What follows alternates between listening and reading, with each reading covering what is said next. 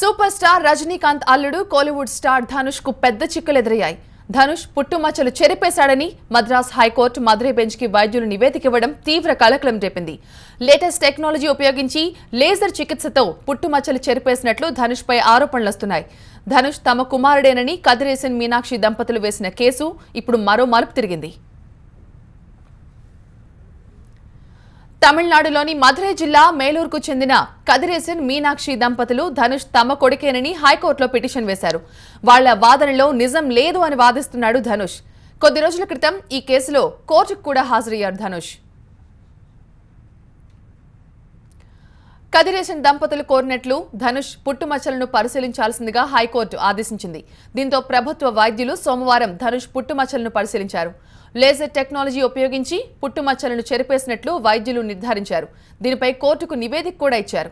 దీంతో కదిరేసన్ దంపతుల వాదన నిజం కావచ్చన్న అభిప్రాయం ఇప్పుడు బలపడుతోంది. వైద్యుల నివేదికను హైకోర్టు న్యాయమూర్తులు పరిశీలించారు. కేసు విచారణను ఈ నెల 27వ తేదీకి వాయిదా వేశారు.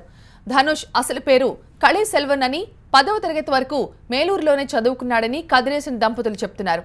శివగంగయ్య జిల్లా తిరుపత్తూరులో +2 చదివేందుకు వెళ్లిన కళే సెల్వన్ కనిపించకుండా పోయాడని, తర్వాత హీరోగా కనిపించాడంటూ కోర్టుకు తెలిపారు కదిరేసన్ దంపతులు.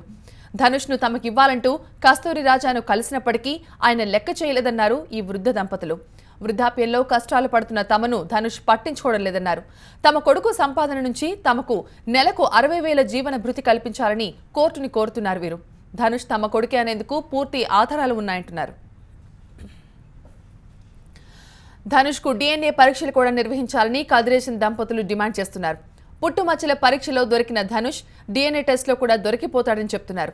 మదురై కోర్టు ఈ కేసులో ఎలాంటి నిర్ణయం తీసుకుంటుందోనని ఇప్పుడు అందరూ ఆసక్తిగా చూస్తున్నారు.